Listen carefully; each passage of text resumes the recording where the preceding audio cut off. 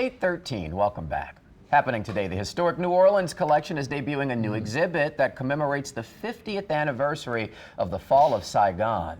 It's called Making It Home, From Vietnam to New Orleans. Joining me now with more on this exhibit, Mark Cave, the senior historian and the exhibition's curator. Good morning to you, sir. Good morning. Thanks for having me. Thank you for being here. This is such a rich story that is not just a story about Vietnam, it's also a story about New Orleans. Oh, yeah, it is.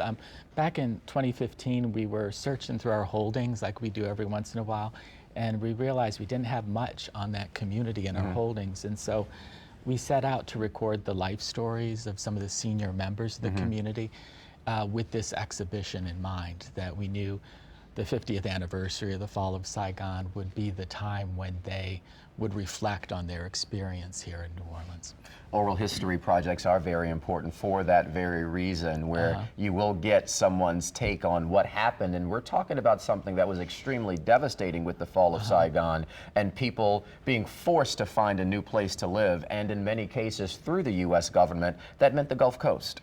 Yeah, going through like the life stories of these senior citizens, you realize that they spent their whole life trying to find a home. When they were children, they grew up in Catholic villages in North Vietnam. They were forced to leave when they partitioned the country in 1954. They eventually had to leave again in '75 when Saigon fell. But they found a home here in New Orleans, and they built a generational home for their children. And they talk about some of the parallels in New Orleans, particularly in the Gulf Coast, the fishing industry and whatnot. We're able to see something that reminded them of their culture too, to build culture here. Yeah, I think particularly with the older people, when they arrived in New Orleans, they wanted to recreate that village life that they had in Vietnam. And so they engaged in fishing. They developed these elaborate gardens in New Orleans East in the vacant land around the Versailles Arms apartments, and we document that in the exhibition as well. Mark, you know, you talk about how there really isn't much of a conversation, at least, about the history from the people who lived it. Yeah. How dire of a situation is that? You know, when we often talk about history, we also talk about the back end, not forgetting it because it tends to repeat itself if you do. What is the significance of documenting these stories in terms of our history? Yeah. Well, with a lot of the older people that came here, they had gone through so much.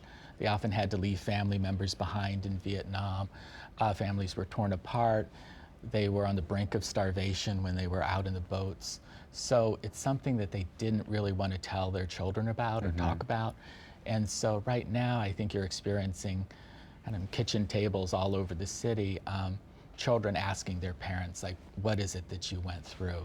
And so that process of creating history is happening now. What do you hope folks who are going to the exhibit and seeing those stories, what do you hope they take away? Just how much people can go through in their lives and come out the other end and be better for it. Which is a story of resilience. That's a story of New Orleans within itself. Yeah, and I think we learned a lot from that community post-Katrina. They had already been through so much and they knew how to deal with it. Love the Historic New Orleans Collection. Thank you so much, sir, for being here this morning. We do greatly appreciate it. And the exhibit it opens today, and we're at 520 Royal Street.